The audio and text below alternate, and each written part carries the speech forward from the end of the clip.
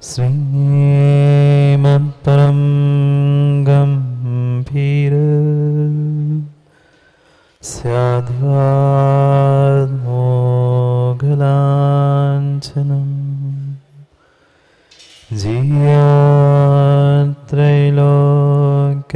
जियात्रैलोक्यनाथस्य शासनं जिनशासनं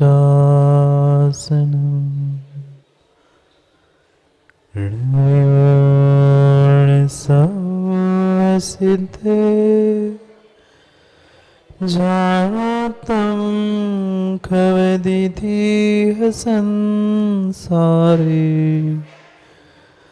दस दस दादा बचने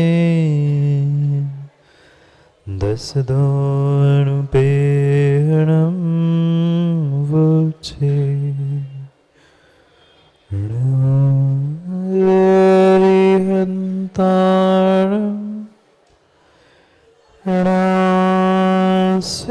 ऋणसिद्धारं नमो आयरीयाणं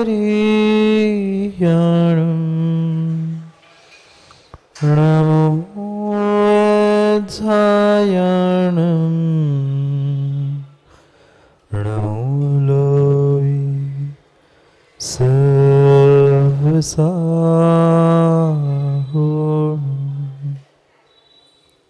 अनंत अनंत परम सिद्ध भगवान के 1008 श्री आदिनाथ भगवान के परम पूज्य आचार्य भगवान कुंद कुंद स्वामी के परम पूज्य आचार्य भगवान गुरुवर विशुद्ध सागर जी महाराज के सनातन जैन धर्म के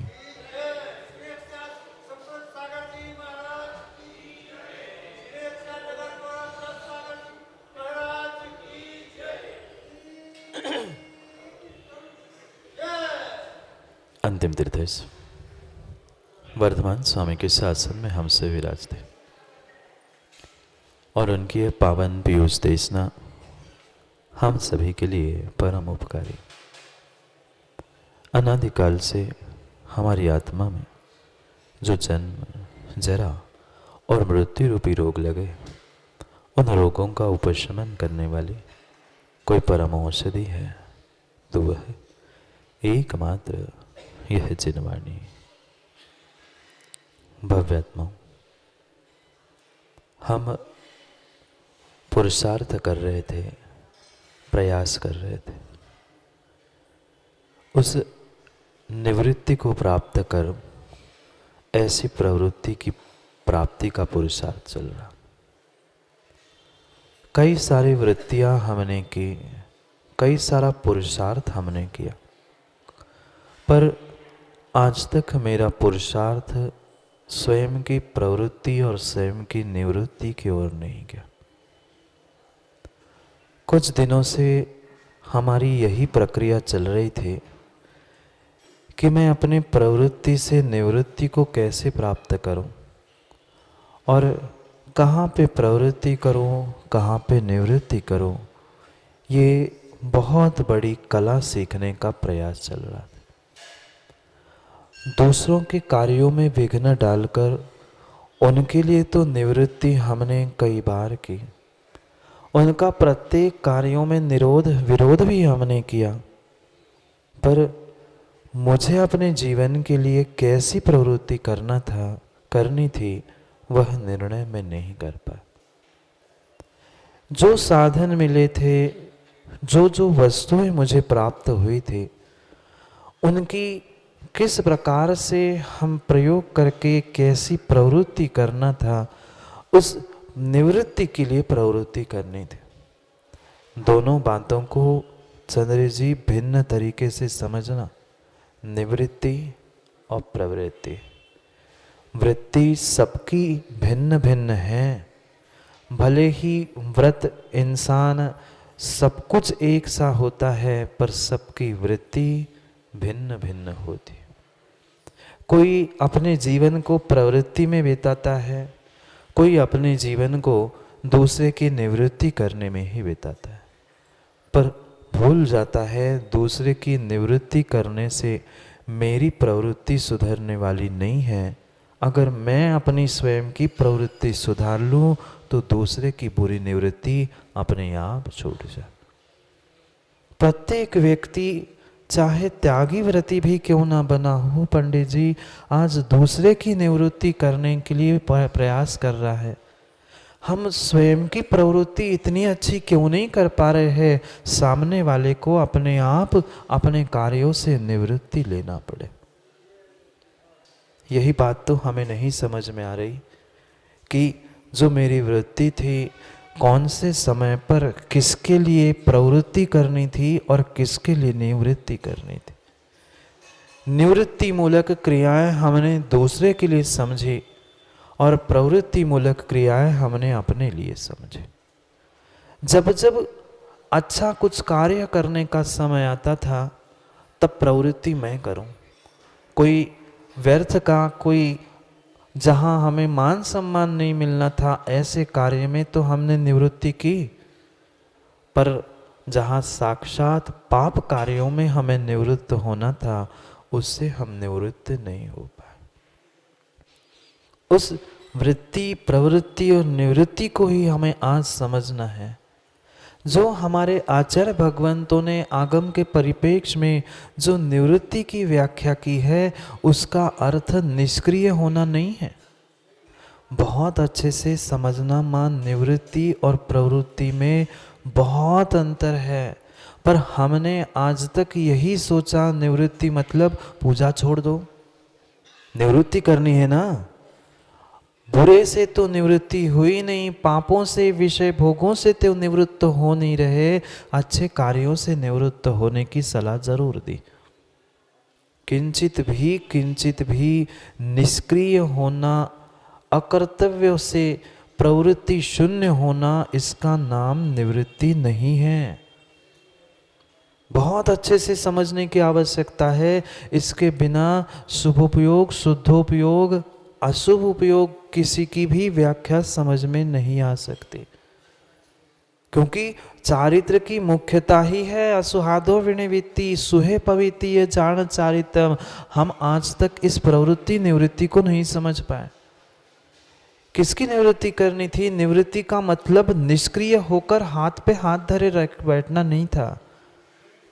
किंचित भी जो कर्तव्यों की बातें बताई है, षड आवश्यक रूप जो श्रावक के कर्तव्य, साधु के कर्तव्य है, उससे किंचित भी हमें अकर्तृत्व भाव, अकर्तव्य नहीं धारण करना था।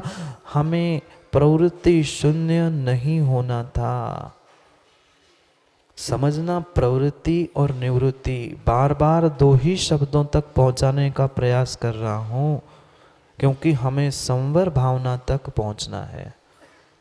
किसकी प्रवृत्ति और किसकी निवृत्ति? प्रवृत्ति शून्य होना, पूरी प्रवृत्ति छोड़ देना, ये किंचित भी निवृत्ति नहीं है।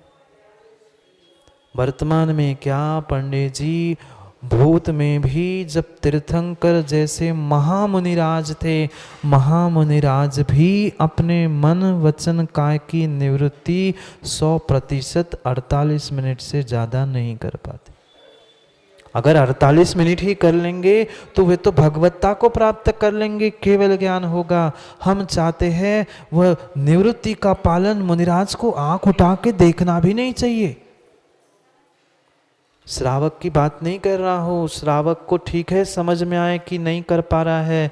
साधु के लिए भी ऐसी निवृत्ति नहीं कही गई है कि वहाँ कोई प्रवृत्ति शून्यता हो, कोई वृत्ति, कोई क्रिया नहीं हो। बहुत अच्छे से इन दोनों के बीच हमें समालोचन करना है। निवृत्ति भी होनी चाहिए और कथनचित प्रवृत्ति भी होनी चाहिए। कथनचित प्रवृत्ति के साथ निवृत्ति है तो ही वो चारित्र है। कहीं भी आचार्यों ने एकांत से कोई व्याख्या नहीं की है। जो हमारी प्रवृत्ति चल रही थी विषय भोगों में, जो हमारी प्रवृत्ति चल रही थी पापों में, उससे हमें हटाकर अपने आत्मा में प्रवृत्ति करना था। इसका अर्थ निवृत्ति था। संसार से निवृत्ति, भोगों से निवृत्ति, और फिर पहुंचना कहाँ था? लोग यही भ्रम है पाल के रखे, महाराज जी मन को कंट्रोल करना है, मन को अपने ताबे में लेना है। अरे मन कोई हाथी है क्या? मन कोई तिर्यंश है क्या? जब तीर्थंकर जैसे महामुनि 48 मिनट से अधिक मन वचन काय को एकाग्र नहीं कर सकते पंडित जी? कर लेंगे तो केवल ज्ञान हो जाएगा।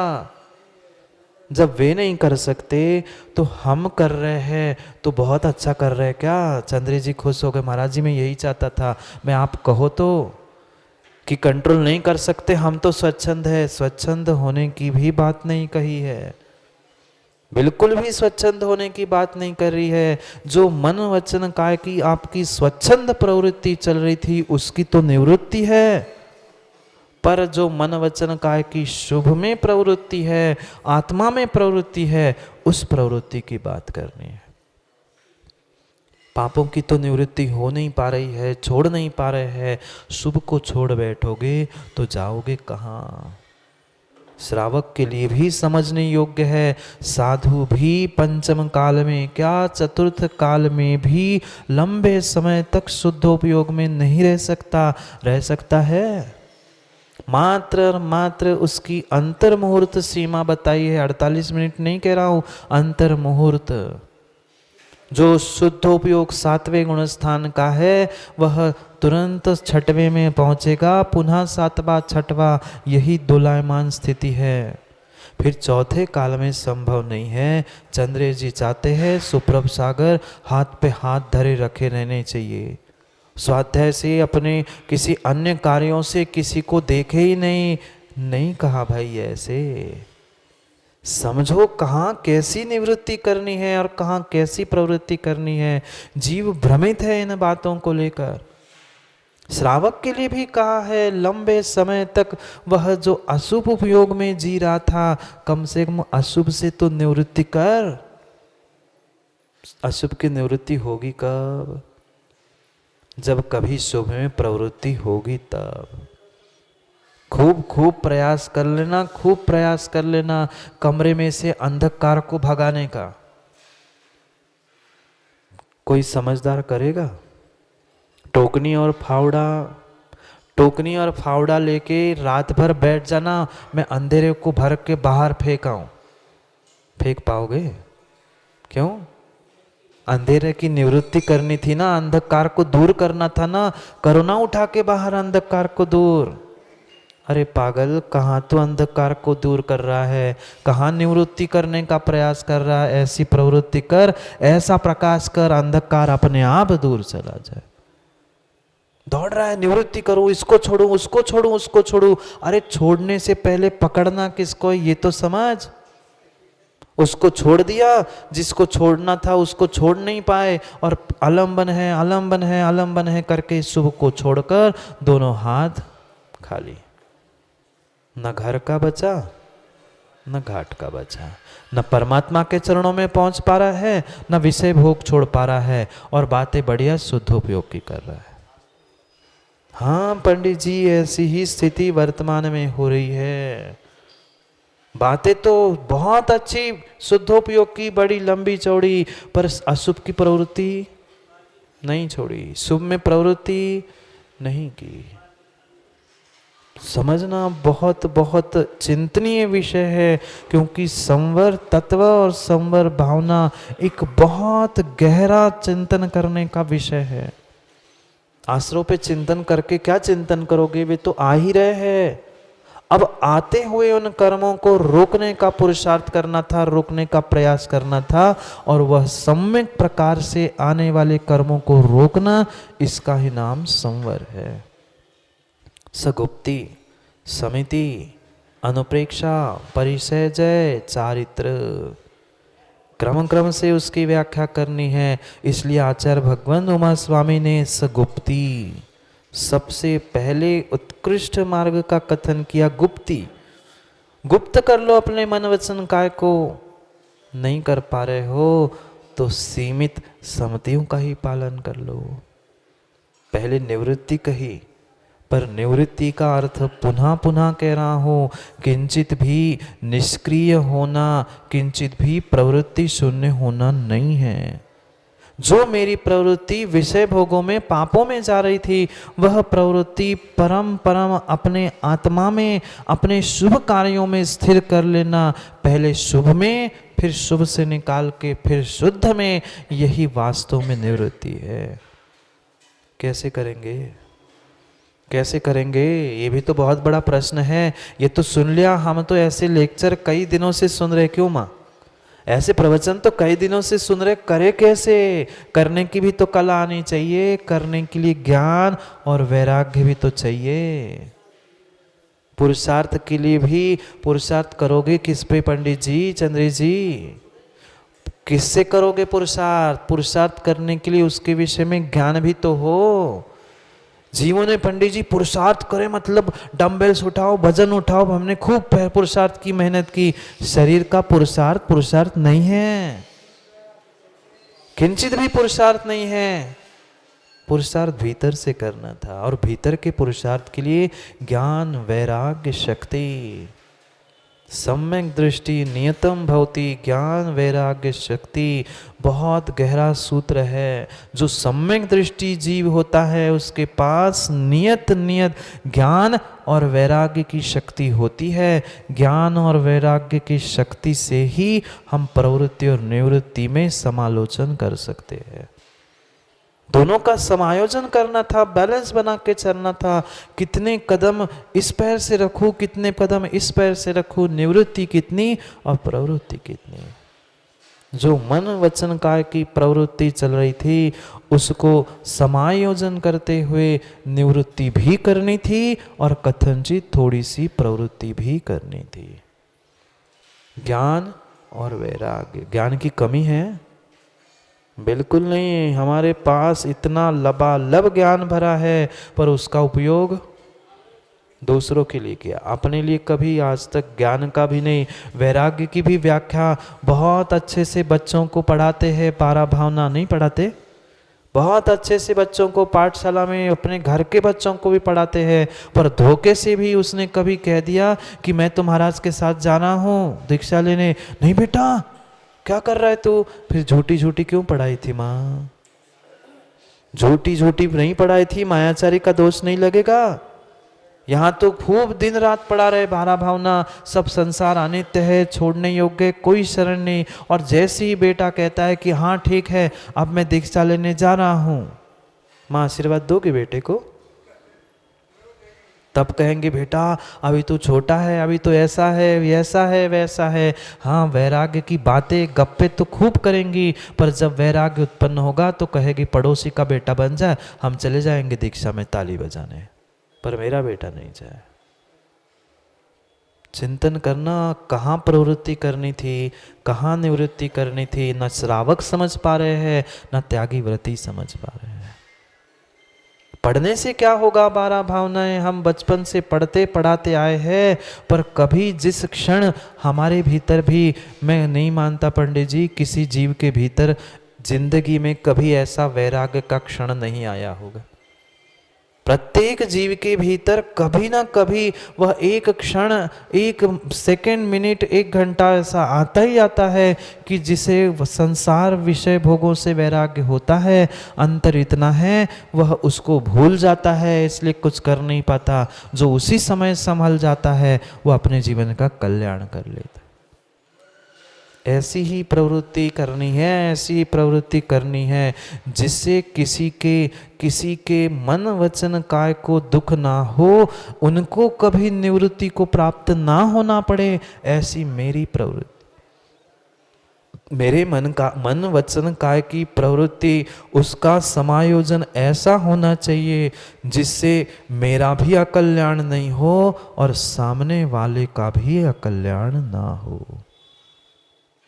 हमने निवृत्ति का अर्थ ये समझा मेरा काम बनता, मैंने नहीं कहा, आप लोग कह रहे हो, आप जानो, आपकी जनता जाने।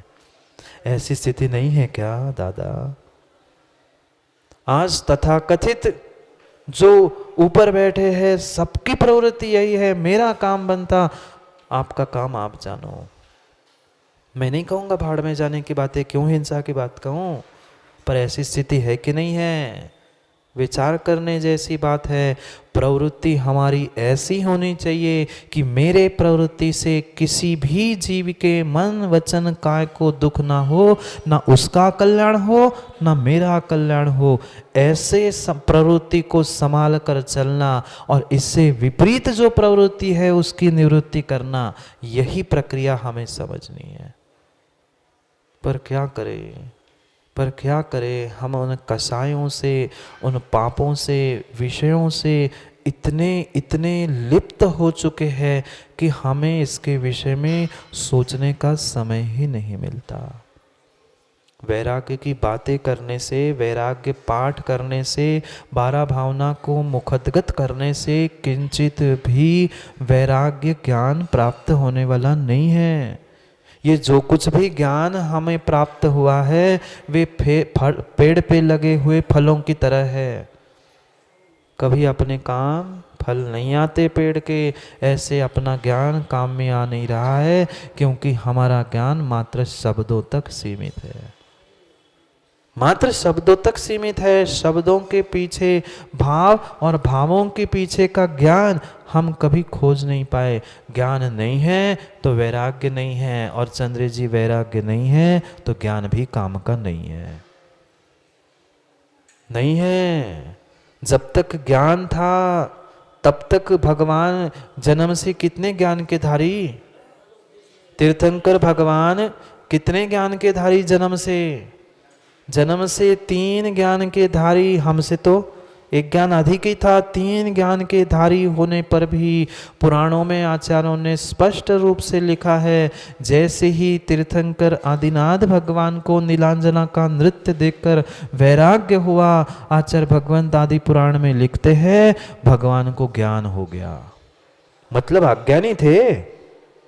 3 ज्ञान के धारी तीर्थंकर वह राजा को कह रहे हैं, वे आदिनाथ भगवान ज्ञान को प्राप्त कर चुके। कौन सा ज्ञान? वैराग्य से पूर्वक ज्ञान ही ज्ञान है, वही चारित्र को दिलाने वाला है, और बिना चारित्र के कल्याण संभव नहीं है। कहीं दिगंबर साधु की चर्या ये नहीं बताई गई आगम में कि अपना स्वार्थ देखो, दूसरे का जो हो सो देखा जाए। जान बूझकर हाँ दुख नहीं तो, पर तेरे मोह के कारण कोई माता पिता कोई संबंधी रो रहे हैं, वो उनका मोह उन्हें परेशान कर रहा है, ना कि मैं उसे परेशान करने की भाव रख रहा हूं। कहीं लिखा आगम में साधु की चर्या में ऐसा नहीं लिखा।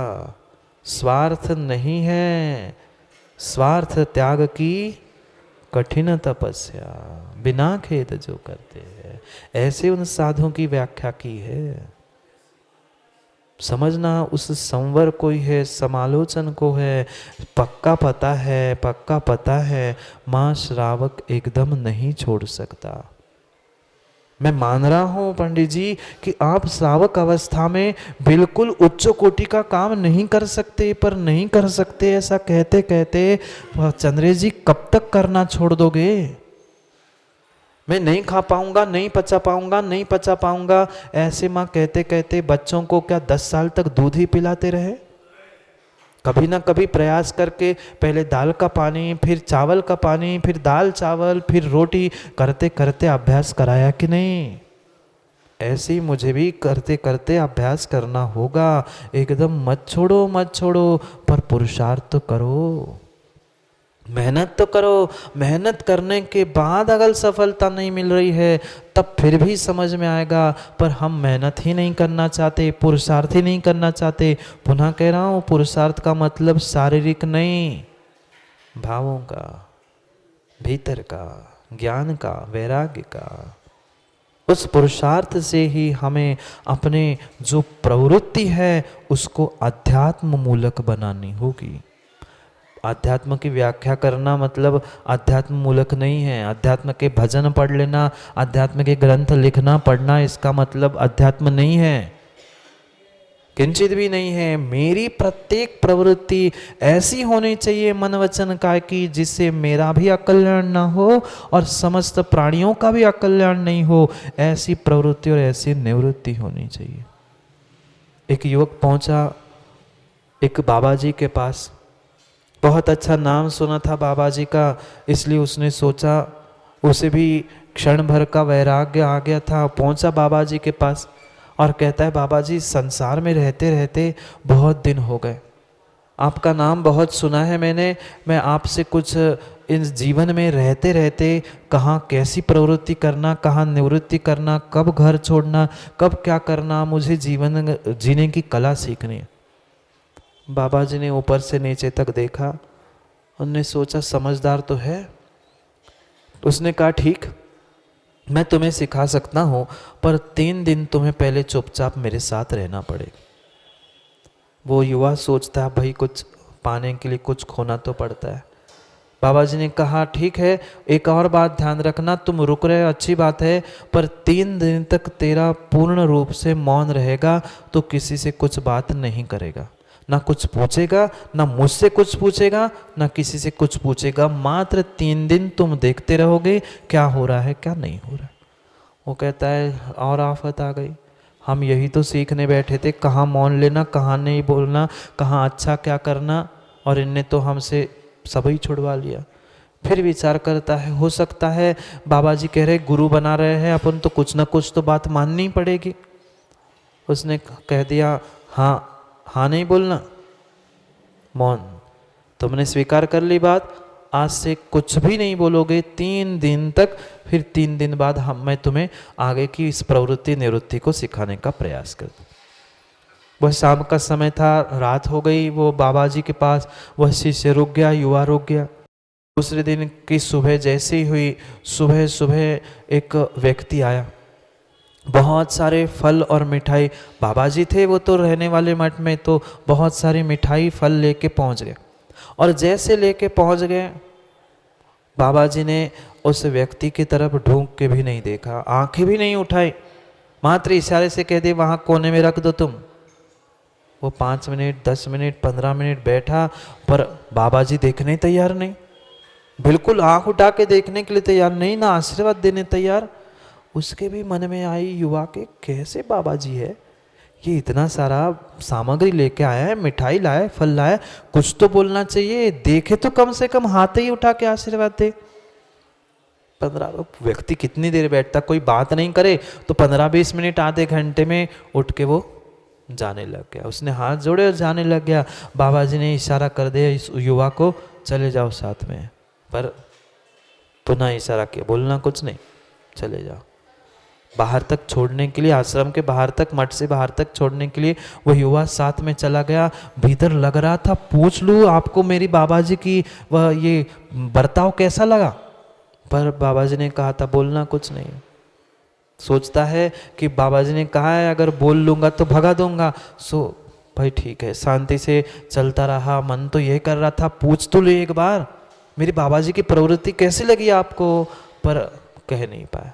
जैसे दरवाजे पर पहुंचा, वह व्यक्ति ही बोल पड़ा कि अरे यार तू इनके साथ रहता है, छोड़ दो इनके साथ को, मैं इतनी दूर से आया, सामग्री रख तो ले ली और आशीर्वाद भी दिया, मैं तो नहीं आने वाला भाई अगली बार इनके पास। वो अब कह के चला गया। भीतर तो बहुत उथल पुथल हो रही थी युवा के, पर किससे क्या पूछता। बाबा जी ने पहले कहा था ना किसी से बोलोगे ना हमसे पूछोगे। बीत गया। दूसरा दिन आया, दूसरे दिन भी एक सेठ जी आए। सेठ जी भी खूब सारी मिठाई फल वगैरह लेके आए थे और उन्होंने भी बाबा जी को भेंट देने का प्रयास किया। उनने तो बिल्कुल स्वीकार ही नहीं किया कि नहीं नहीं सेठ जी उठाओ उठाओ। पहले दिन तो बात ही नहीं की थी, आज बात कर रहे थे, हंस रहे थे, आशीर्वाद दे रहे थे, सब कुछ चर्चा की, 15-20 मिनट आधा घंटा चर्चा की। पुनः उन्होंने बाबा जी को भेंट देने का प्रयास, उठाओ मुझे नहीं चाहिए, मैंने कहा ना मेरे पास एक बार रखी है, नहीं ले रहा है। बाकी फिर पुनः 5-10 मिनट बात की, पुनः रखने को पुनः मना की। अब उसको भी जाना था सेठ जी को, फिर उसने भी मन कसते हुए कहा ठीक है अब ले नहीं रहे, मान नहीं रहे हैं, तो अपनी मिठाई फल पुनः उठाया और चला गया। पुनः जाते हुए बाबा ने धीरे से इशारा किया युवा को कि चले जाओ। मौन से चला गया गेट तक। उस फिर दूसरे दिन भी उतल पुतल हो रही थी, ये बाबा जी है कैसे, कुछ करते हैं, कल आज कुछ कर रहे हैं, आज इतनी अच्छी बढ़िया बातें की पर सामग्री नहीं रखी। फिर मन में आया पूछ लूँ, फिर याद आया कि बाबा जी ने कहा है पूछना नहीं है। ठीक है, दरवाजे तक पहुंचा, फिर उस सेठ जी ने भी कहा तुम इनके पास क्या कर रहे, पागल हो क्या? मात्र गप्पे करने से क्या होता है? हम कितने भाव संजोकर इतनी सारी सामग्री लाए हैं, दुनिया पीछे पड़ रही हमारे में, सेठ जीवों में देने आए हो तो ये लेते नहीं है। कैसे तुम्हारी बाबा जी तुम्हारा क्या कल्याण कर पाएंगे? छोड़ दो। ऐसे होते हैं बहुत सारे। चंद्र जी आपको कुछ संकेत कर रहा हूँ, ऐसे बहुत सारे मिलेंगे। आप कहीं भी पहुंचो तो बोलने वाले तुम्हें हर जगह मिलेंगे। अरे तुम वहां जा रहे हो, वहां तो कुछ नहीं है, वहां जा रहे हो, वहां ऐसा है। निर्णय स्वयं का होना चाहिए, हमें कहाँ क्या कैसा करना है। क्योंकि पंडित जी ऐसे लोग नहीं मिलते क्या? कहीं पढ़ने भी, स्वाध्याय करने भी, आप उनके यहाँ स्वाध्याय करने जाते हो, गए आप काम से, और आप उनको नमस्कार करने जाते हो। अरे तुमने ऐसा कर लिया। निर्णय स्वयं का स्वयं से करना है, स्वयं के स्वयं से करना है। यही हमें समझनी है कि प्रवृत्ति मेरी कहाँ कैसी होनी चाहिए और कहाँ पे निवृत्ति कैसी होनी चाहिए। ले दे के दूसरा दिन भी चला गया, अब आखिरी दिन था, तीसरा दिन था। उसने तो सोच लिया भाई बहुत हो गया, 2 दिन ये क्या नाटक लगा के रखे बाबा जी ने। मैं तो बहुत अच्छा कुछ समझ के आया था, कुछ सिखाएंगे समझाएंगे, ये तो अलग ही कर रहे हैं काम। तीसरा दिन आया, सुबह पुनः एक व्यक्ति आया, वही फल और मिठाई लेके बाबा जी को समर्पित की।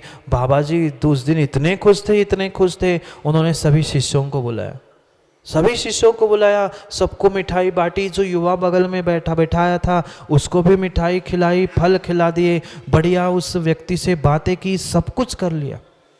और पुनः समय आ गया, आधे घंटे 1 घंटा बैठा वो भी व्यक्ति और वो जाने लग गया। बाबा जी ने फल खाए, सबको खिलाए। वो तो देख के पागल ही सा हो गया युवा, बाबा जी है कि क्या है, मजाक लगा के रखा है, कर क्या रहे ये। जैसे ही समय हुआ, पुनः बाबा जी ने इशारा किया, चुपचाप जाके दरवाजे तक छोड़ा।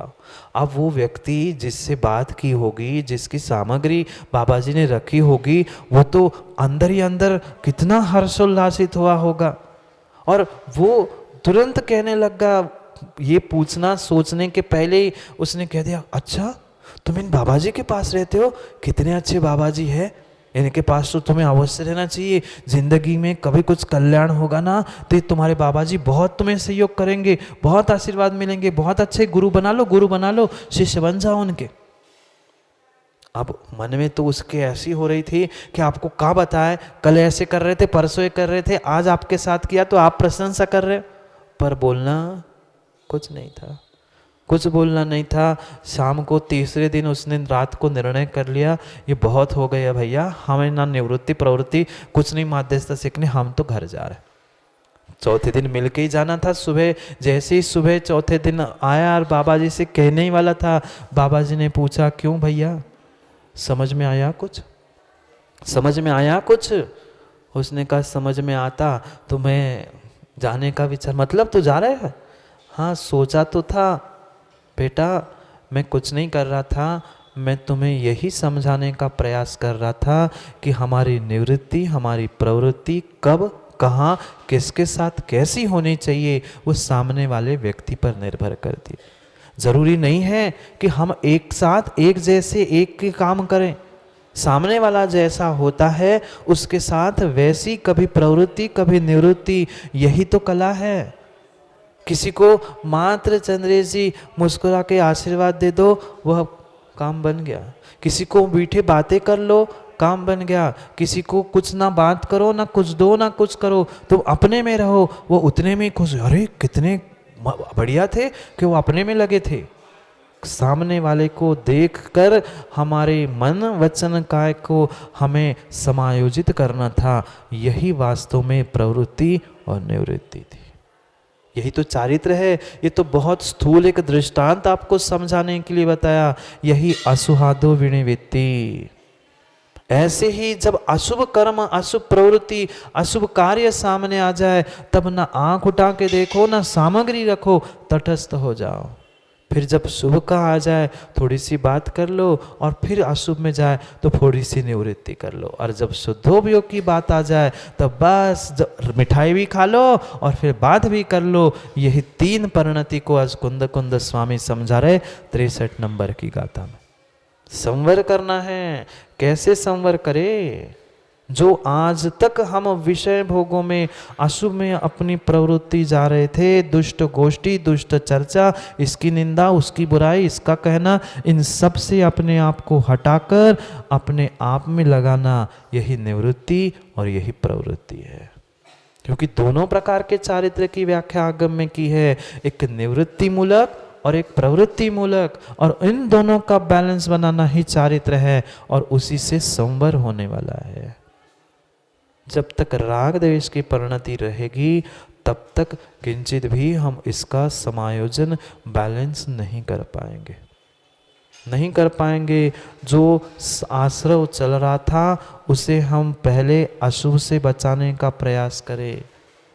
जो अशुभ योग चल रहा था हमारा, उस अशुभ योग से हमें कम से कम शुभ में आओ। श्रावक कम से कम इतना तो कर सकता है क्या? आप मानते हो क्या माँ इतना आप कर सकते हो? अशुभ चिंतन छोड़कर, अशुभ मनवचन काय की प्रवृत्ति छोड़कर आप शुभ में नहीं आ सकते क्या? आ सकते हैं, पर आए क्या? नहीं आए, क्योंकि हमने ज्ञान और वैराग्य का प्रयोग नहीं किया, राग द्वेष से ही उलझते रहे। जब तक ये भीतर राग द्वेष बना रहेगा तब तक काम बनने वाला नहीं है। माध्यस्थता आनी चाहिए थी, स्थिरता आनी चाहिए थी, पर पूर्ण माध्यस्थता स्थिरता नहीं आ पा रही है। कम से कम अशुभ से तो बचे, कम से कम अशुभ से तो बचे। अशुभ से निवृत्ति नहीं हो पा रही है तो शुभ में प्रवृत्ति नहीं होगी, और शुभ में प्रवृत्ति नहीं हो रही है तो अशुभ से निवृत्ति भी नहीं होगी। कितने घंटे बाद माँ आपके घर में, अभी दीपावली थी, सबने दिए जलाए होंगे, सबने दिए जलाए, कितने घंटे बाद दीप जलाने के, कितने घंटे बाद घर में उजाला हुआ? 1 घंटे बाद, आधे घंटे बाद। ललितपुर में जल्दी होता होगा 15 मिनट में। कहीं भी जाओ, किसी भी ब्रह्मांड के कोने में जाओ, लाइट या प्रकाश जिस क्षण होगा उसी क्षण अंधकार दूर होगा। यही निवृत्ति अंधकार की है और प्रवृत्ति उजाले की है। ऐसे ही हमारे भीतर भी होगा।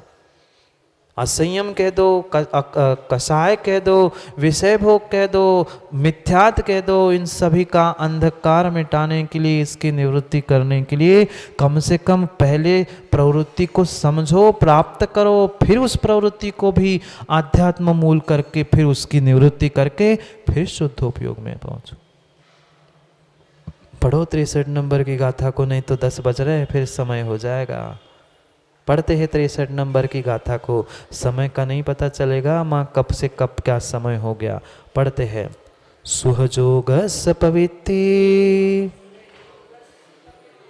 संवरणं गुणदिय सुजोगस,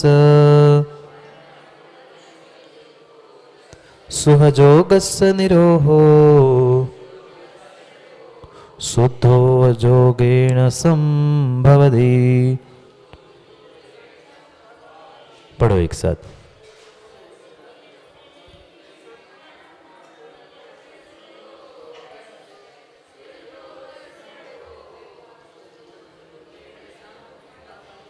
कितनी अच्छी बात कह रहे हैं पंडित जी। कुंद कुंद स्वामी कह रहे हैं, फिर तो लोगों को मानना चाहिए ना। ऐसे भी जीव है कि जो उनको मान रहे हैं पर उनकी नहीं मान रहे हैं। नाम तो उनके लेते हैं, पर जब कुंद कुंद स्वामी स्वयं कह रहे हैं कि भाई पहले अशुभ उपयोग की तो निवृत्ति करो शुभ उपयोग से। जब उनने कहा है तो प्राथमिक अवस्था में तो स्वीकार कर लो, श्रावक की अवस्था में तो स्वीकार कर लो। क्यों कहते हो सर्वथा वह व्रत समिति गुप्ती चारित्र ये मात्र जड़ की क्रिया है, आश्रव का कारण है। ये आश्रव का कारण नहीं है, ये संवर का भी कारण हो सकता है। मेरा अभिप्राय पर कैसा है वह तय करता है कि मैं क्या कर रहा हूं। ठीक है, मान लो ना, मान लो ना, शुभ का आश्रव में मान रहा हूँ, शुभ का आश्रव हो रहा है, पर अशुभ की निवृत्ति भी हो रही है साथ साथ, ये क्यों नहीं स्वीकार करते? कहते हैं, स्पष्ट कहते चंद्रे जैसे जीव, चंद्रे जी क्या है जड़ की क्रिया कर रहे हो? व्रत समिति से किसका कल्याण हुआ? उससे तो शुभ का आश्रय होगा, तुम मोक्ष जाने की जगह स्वर्ग में अटक जाओगे। नहीं भाई, ऐसी अनर्गल चर्चाएं मत करो। तुम कुंद कुंद स्वामी को मान रहे हो ना, कुंद कुंद स्वामी की बात भी तो मानो। स्पष्ट लिख रहे हैं, सुहजोगस्य प्रवृत्ति, शुभ योग की प्रवृत्ति अशुभ का संवर करने वाली है। अशुभ जोगस्य संवरणम कुणदी। मैं नहीं कह रहा हूं, वकील साहब पढ़ो, सामने आपकी गाथा है। अशुभ योग का संवर करने के लिए शुभ की आश्रव आवश्यकता है। ठीक है, शुभोपयोग से आश्रव हो रहा है, किसने मना किया? पर प्राथमिक अवस्था में हमें पहली, दूसरी, तीसरी, चौथी करते करते एक एक सीढ़ी चढ़ेंगे, तभी तो छत पे पहुंचेंगे। छत का आनंद छत पे ही है, पर छत पे पहुंचने से पहले सीढ़ी भी तो चढ़नी पड़ेगी। हम सीधे ऊपर पहुंचना चाहते हैं, सीधे ऊपर पहुंचने वाले नहीं हैं। आप कितना ही कह लेना कि महाराज जी आजकल लिफ्ट हो गई है, बटन दबा दो, फिर नीचे की मंजिल से छत पे ऊपर पहुंचने के लिए सब मंजिलों से ही जाना पड़ता है। भले पैर रखो नहीं रखो, तुम्हारी लिफ्ट तो उसी मंजिलों से ऊपर पहुंच रही है। ज्ञानी है चंद्रेश जी, इसलिए मैं पहले ही कह दे, आप क्या सोच सकते, मैं पहले कह देता हूँ। जाना तो एक एक मंजिल पार करके ही है। तुम मंजिल पे उतरो नहीं उतरो, पर जाना तो उन सभी मंजिलों से ही होगा। तुम कहो नहीं कहो, छठवें से सातवें, सातवें से आठवें, इसी क्रम से ऊपर जाना पड़ेगा। तुम पहले से डायरेक्ट 14वें में पहुंचने वाले नहीं हो। हाँ, जादू की छड़ी से काम नहीं होगा, तुम कितनी घुमा लो तुम जादू की छड़ी, उससे काम नहीं होगा। वे सब माया जाल है, वास्तविकता नहीं है। मत फंसो मोह और माया में, मत फंसो मोह और माया में। क्या करे, माया का जाल तो फिर भी बचा सकता है पंडित जी, पर ऐसे जीव शब्दों के जाल में स्वयं फंस रहे हैं और दूसरों को फंसा रहे हैं। सही कह रहा हूं, बिल्कुल सही कह रहा हूं। मां शब्दों की जाल फंसाए है, स्वयं तो फंसे ही फंसे हैं, आप लोग और फंस रहे हो। इसलिए किसी के शब्दों के माया जाल में मत फंस जाना। जो जितना जितना मीठा चिकना चुपड़ा बोलता है, वो अंदर उतना ही, मैं कुछ नहीं कहूंगा, आप जानते हैं। ऐसा ही है, ऐसा ही है। तत्वों का वास्तविक हमें निर्णय होना चाहिए। माँ मत पढ़ो राजनीति में, मत पढ़ो राजनीति में। राज समाज महाग कारण बैर बड़ा बनहारा। स्वयं का निर्णय करना है। हाँ जी, किसका? हाँ, किसने पढ़ा है? हाँ हाँ, तो नहीं, पर पहले पढ़ा तो है, 7वें में पहुंचेंगे, पर सम्यक दर्शन होगा कि नहीं होगा? बीच में व्रत धारण होंगे कि नहीं होंगे? भले ही गुणस्थान वहां पहुंचा, मैं यही समझाना चाहता हूं। लिफ्ट से आप पहले मंजिल से अंतिम पे पहुंच गए, पर मंजिल बीच में तुम उतरे नहीं, चौथे में रुके नहीं, 5वें में रुके नहीं, 6वें में रुके नहीं, पर गए कहां से? पहले से गए। जाएंगे जाएंगे, पहले से 7वें में जाएंगे। इसलिए तो मैं कह रहा हूं, कहीं भी दोष नहीं है जाने में, उतरे नहीं है, अंतर इतना है। क्या पंडित जी आपने कभी रेलवे से यात्रा नहीं की क्या? रेलवे से यात्रा की। कुछ ऐसी भी एक्सप्रेस होती है जो नॉन स्टॉप होती है, कुछ ऐसी जनरल वो ट्रेन होती है पैसेंजर, वो हर स्टेशन में रुकती है। कुछ ऐसी एक्सप्रेस होती है 2-4 स्टेशन में रुकती है। कुछ राजधानी जैसी होती है डायरेक्ट बम्बई से लेके दिल्ली, बीच में कहीं नहीं रुकेगी। तो बीच के स्टेशन आए नहीं थे क्या? स्टेशन तो आए थे, हम नहीं उतरे थे, गाड़ी नहीं रुकी थी। अंतर इतना ही है, पहले से 7वें में जा सकता है गुणस्थान में, वह उतरा नहीं है 4थे में, 5वें में, 6वें में, पर गया उन्हीं में से बीच में है। ये परम सत्य समझना होगा। क्योंकि जो पांचवें चौथे गुणस्थान से महाव्रतों को धारण करेगा उसे पंडित जी अंतर मुहूर्त लगेगा, और पहले से जाएगा तो उतने अंतर मुहूर्त अधिक लगेंगे, ये पक्का मान लेना। क्योंकि एक अंतर मुहूर्त में सम्यक, दूसरे में फिर व्रत, फिर गुणस्थान, ऐसा ही क्रम है। क्रम मानो नहीं मानो, पर क्रम तो ऐसा ही है। हाँ, राजमार्ग तो यही है, पर क्वचित कदाचित ऐसा हो सकता है मिथ्या दृष्टि भी सातवें गुणस्थान पर छलांग लगा सकता है, पर छलांग लगाने से पहले रुकना नहीं है, पर छलांग तो उसके ऊपर से गई है। उत्कृष्ट पुरुषार्थ है, पर गए तो क्रम से है। जब व्याख्यान होगा पंडित जी तो क्रम से ही व्याख्यान करना होगा, क्योंकि हम छदमस्त है, हम छदमस्त है, हम छदमस्त है, तो हमें क्रम से व्याख्यान करना भी होगा और क्रम से समझना भी होगा। उसके बिना काम होने वाला नहीं है। सही है, बिल्कुल सही कहा है। अरे माने तब ना पंडित जी, ग्रंथ मात्र दिखाने से और समझने से लोगों को क्या फर्क पड़ रहा है। पहले से सातवां गुणस्थान भी होता है, पर क्रम क्रम से ही होता है। सुहजोगस्य पविति संवरणम कुणदिया सुहजोगस्य, शुभ की प्रवृत्ति ही अशुभ का संवरण कराती है, संवर कराने वाली है, अन्य कोई संवर करने वाला नहीं है। इसलिए चंद्रेश जी मत कह देना व्रत समिति गुप्ती आदि मात्र जड़ की क्रिया है। उपवास तपस्या जड़ की क्रिया नहीं है, जड़ से की गई आत्मा की प्रक्रिया है। ये प्रवृत्ति मूलक चारित्र है, और जब उपवास सब छोड़ के अपने में लीन होके बैठेंगे वो निवृत्ति मूलक चारित्र है। पर निवृत्ति को प्राप्त करने के लिए पहले कुछ प्रवृत्ति भी करनी पड़ेगी। बिना प्रवृत्ति की निवृत्ति भी नहीं होने वाली नहीं है, बिना उजाले के अंधकार दूर होने वाला नहीं है, नहीं है, किंचित भी होने वाला नहीं है। जो अशुभ उपयोग में बैठा है उसको कह रहे हैं अशुभ उपयोग से शुभ उपयोग में जाओ, फिर शुभ उपयोग से शुद्ध उपयोग में जाओ। तुम बैठे तो चंद्रेश जी अशुभ उपयोग में हो और बातें शुभ उपयोग और शुद्ध उपयोग की पढ़ रहे हो, कैसे काम बने। बढ़िया एसी कूलर में बैठ के अशुभ उपयोग में लगे हो, अशुभ उपयोग नहीं है क्या? मात्र ग्रंथ सामने रखने से शुभ उपयोग होता है? नहीं है। समझना बहुत गहरा सिद्धांत है पंडित जी। शुभ उपयोग मात्र चिल्लाने से शुभ उपयोग शुद्ध उपयोग नहीं होगा। सम्यक की सत्ता ही नहीं है। तुम बढ़िया बिस्लरी का पानी पी रहे हो, एसी कूलर में बैठे हो और कह रहे हैं शुद्ध उपयोग, हा आत्मा ऐसी है, शुद्ध उपयोग होना चाहिए, तो शुभ उपयोग में ही नहीं है भैया। कहाँ के शुद्ध उपयोग की बात कर रहा है?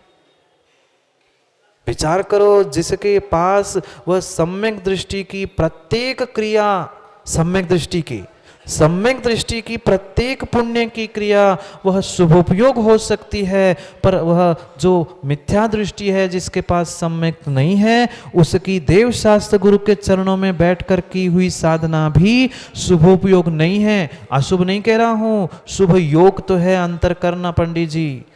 शुभ योग और शुभ उपयोग, सम्यक की सत्ता में ही शुभ उपयोग होगा। ये शुभ योग है, मान लो हाथ जोड़े हैं, स्वाध्याय सुन रहे हैं, ये शुभ योग की प्रवृत्ति है। शुभ उपयोग सम्यक की सत्ता में ही होगा। शुभ योग ही की बात कर रहे यहाँ, अभी उपयोग नहीं कह रहे, पर समझना होगा उपयोग और योग दोनों को। शुभ योग से ही अशुभ योग का संवरण होगा। सुहजोगस्सने हो, फिर कहा जब अब तुम मान नहीं रहे हो, जब तुम शुभोपयोग में पहुंच चुके, तुम दिगंबर साधु बन गए, अब कहेंगे हे साधु महाराज, हे श्रमण महाराज, अब बहुत हो गया शुभोपयोग, अब थोड़े से अपने शुद्धोपयोग के ऊपर पहुंचो। सुहजोगस्सने हो, अब कर दो शुभ का निरोध। अब शुभ योग से हो, अब शुभ योग का निरोध करते शुद्ध वजोण संभवती, वह शुद्धोपयोग से ही संभव है। शुभ का पर कब? पहली पढ़ी है नहीं है और कह रहे हैं तुम मैट्रिक की एग्जाम दे दो। भाई पहली दूसरी तीसरी नौवीं 10वीं तक पढ़ाओ, तभी तो वह 10वीं का एग्जाम दे पाएगा, मैट्रिक हो पाएगा बेचारा। समझ नहीं पा रहे हैं जी। क्या कहा?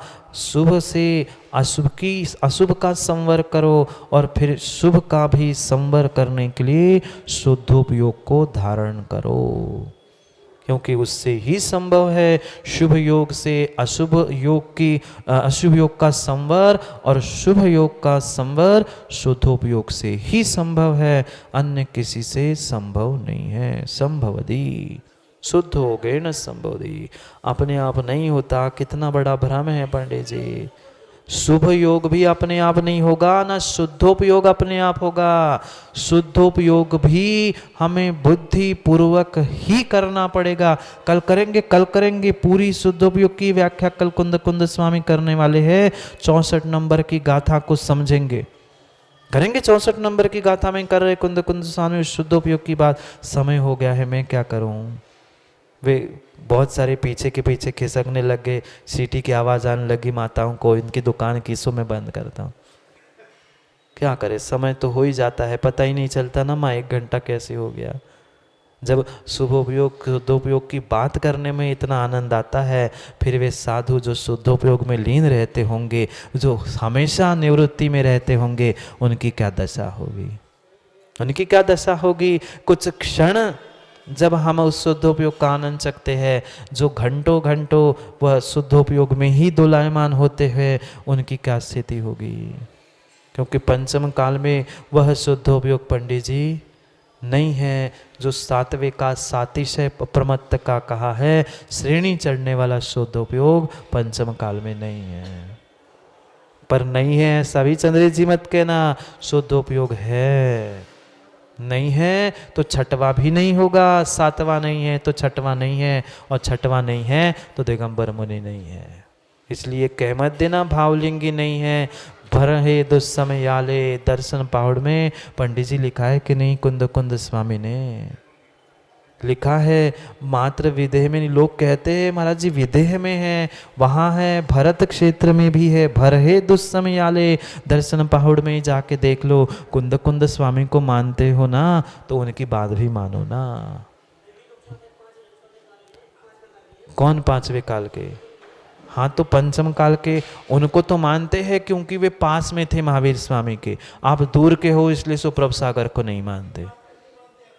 समस्या यही है, जैसे उनको मानते हो उनकी बात को भी मानो। कुंद स्वामी ही तो वार्षणोपेक्षा में कह रहे ना, एकांत से क्यों कह रहे हो, शुभ मात्रा आश्रव कराता है, ये भी कह दो ना, आश्रव के साथ अशुभ का संवर भी करा रहा है।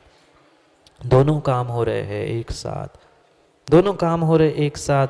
करेंगे फिर, अभी और बहुत सारी चर्चा है, पर समय हो गया। करेंगे शुद्धोपयोग को समझना है कल, जिनको समझना है शुद्धोपयोग, उस शुद्धोपयोग की ही बात कल करेंगे, उसको विस्तार से समझेंगे। पर आज का समय हो गया है, क्या करूं, समय बहुत जल्दी हो जाता है। देखते देखते निष्ठापन भी हो गया, और देखते देखते पता नहीं और क्या क्या हो जाए। इसलिए समय का ध्यान रखते हुए समय को समझने के लिए समय पे पहुंचो, क्योंकि समय पे किया गया काम समय को दिलाता है। उस समय के साथ साथ जिन्होंने अपने समय की साधना की है, उनको भी हमें समझना था। कल ही एक बहुत बड़ी क्षति को हम वहाँ से उभरे ही नहीं थे कि आज सुबह सुबह पुनः समाचार मिल गया। जो गिरनार गौरव थे, जिन्होंने अपने पूरे परिश्रम, पूरी साधना, पूरा समय मात्र और मात्र उस गिरनार पर्वत की रक्षा के लिए दिया था, ऐसे आचार्य निर्मल सागर जी, उन्होंने भी आज अपने समाधि को प्राप्त कर लिया। कल एक, आज दूसरे, दो आचार्य भगवंतों की इस जैन शासन ने क्षति को प्राप्त कर लिया है। उनका समर्पण क्षेत्र के प्रति, क्योंकि उनकी ऐसा सुना है उनकी शुल्लक दीक्षा उस गिरनार पर ही हुई थी, उसी मात्र कारण से जिन्होंने अपने पूरे समय को वही दिया था। देखना, यात्रा शुरू वहीं से हुई और यात्रा समाप्त भी वहीं पर हुई। ऐसे एक महान साधक महामनिराज, जो शुद्धोपयोग के साथ साथ शुभोपयोग और शुभोपयोग के साथ साथ शुद्धोपयोग में दोलायमान करते रहे, अपनी स्वयं के कल्याण के साथ पर के कल्याण रूप क्षेत्र की रक्षा के लिए जिन्होंने अपने सर्वस्व लुटा दिया था, ऐसे एक महान साधक आचार्य निर्मल सागर जी की आज प्रातः के 4:30 बजे के लगभग समय पे ब्रह्म मुहूर्त में उन्होंने अपने समाधि को प्राप्त कर लिया। अमर हो ऐसे आचार्य भगवंत जिन्होंने वह स्वयं रत्नंत्र रूपी तीर्थ की और बाह्य गिरनार रूपी तीर्थ की रक्षा के लिए अपने उन सूर्य मनुष्य जीवन को बहाल कर दिया। वे महान आचार्य भगवंत के चरणों में शतशः कोटिशः बारंबार नमोस्तु करते हुए यही भावना है कि हम भी अपने आत्म तीर्थ की रक्षा के लिए, रत्नंत्र तीर्थ की रक्षा के लिए आपके समान ही समाधि को धारण करके इस मनुष्य पर्याय का कल्याण कर ले। जिस कारण से आपने ये मनुष्य पर्याय की सार्थक दैगंबरी दीक्षा धारण कर ली थी, आपने तो अपना लक्ष्य प्राप्त कर लिया। आप द्वय आचार्यों के चरणों में यही भावना कि आप ही जैसे हम भी निराकुल शांत परिणामों से निर्विकल्प होते हुए समाधि को प्राप्त करें, इन्हीं भावना के साथ उनके चरणों में बारंबार नमोस्तु करते हुए आप शीघ्र ही उच्च स्थान, उच्च पद, सिद्धावस्था को प्राप्त कर ले। यही भावना के साथ आज के समय को समय पे विराम लेते हैं, क्योंकि समय पे किया गया काम समय को दिलाता है। बोलिए भगवान महावीर स्वामी।